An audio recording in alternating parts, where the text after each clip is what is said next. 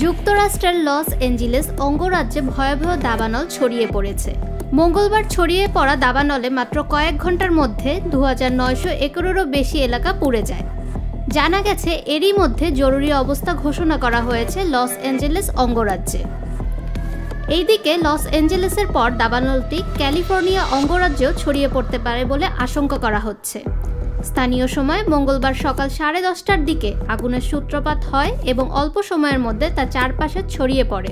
এতে অসংখ্য ঘরবাড়ি পুড়ে যায় এবং ভয়াবহ ট্রাফিক জ্যাম শুরু হয়। এ ঘটনায় 30,000 মানুষকে সরে যাওয়ার নির্দেশ দেওয়া হয়েছে। হুমকিতে রয়েছে আরও 13,000 ভবন। সান্তা মনিকা এবং মালিবু উপকূলীয় শহরগুলোর মধ্যে প্যাসিফিক এবং প্যালিসেডস এলাকার কমপক্ষে 2921 একর পুড়ে গেছে বলে কর্মকর্তারা জানিয়েছেন। ইতিমধ্যেই আগুনজনিত সর্বোচ্চ সতর্কতা জারি করা হয়েছে।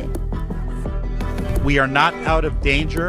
We're going to have the most significant wind event between 10 p.m. this evening and 5 a.m. tomorrow morning. So it's incumbent that everybody have a wildfire action plan for their home. Fahmida বিনতে আনোয়ার, নিরপেক্ষ নিউজ ডেস্ক, ঢাকা।